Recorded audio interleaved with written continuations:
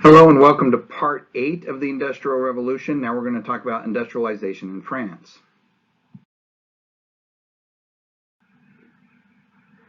By the time Napoleon fell in 1815, France was well on its way towards its own industrial revolution, right? Now, the legislature in France after the fall of Napoleon was pretty split on what to do. You had ultra conservatives, I mean, they called themselves the ultras.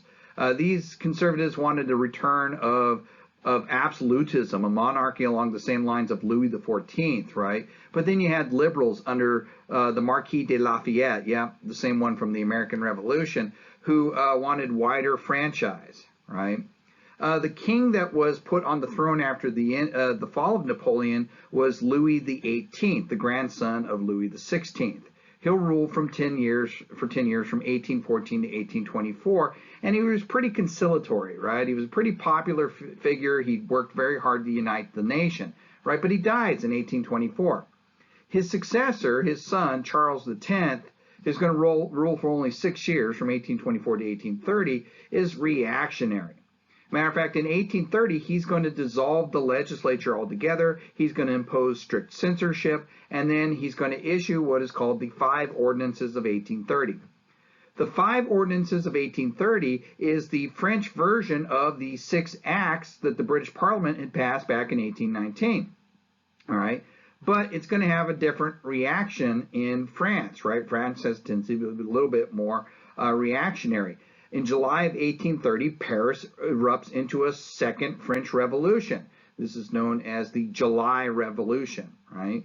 Within weeks, King Charles X is forced to abdicate the throne, and he hands it over to his cousin, Louis-Philippe, the Duke of Orleans. Louis-Philippe is known as a citizen king, right? He's an aristocrat. He's got the soul of a factory owner. He's going to rule for 18 years, right, from 1830 to 1848. He's going to appoint several very capable ministers. He's going to encourage industry. He is going to approve a liberal constitution that's going to widen enfranchisement to include more of the middle class. Workers, who made up the core of the July Revolution, got very little. In France, just like in Britain, liberalism offered more to the middle class than the working class, and the working class are going to have to just wait their turn. They're going to have to wait for the movement to trickle down to them, right? That's going to be the case in pretty much in every instance of liberalism as it gets applied across Europe.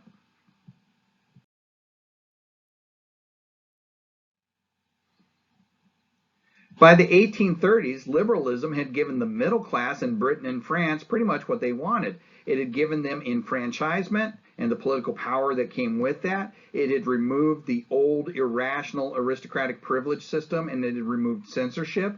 It had given them complete economic freedom.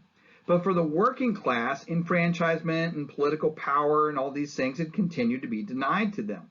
It's not going to be until the second half of the 19th century, the latter part of the 1800s, that John Stuart Mill's latter ideas, and with them the greater sense of responsibility for the workers, are going to begin to get traction in the middle class, and you're going to see this start to work down. So in the meantime, since the liberalism is not going to cater to the working class, other more radical philosophies are going to fill the void, like Romanticism and socialism.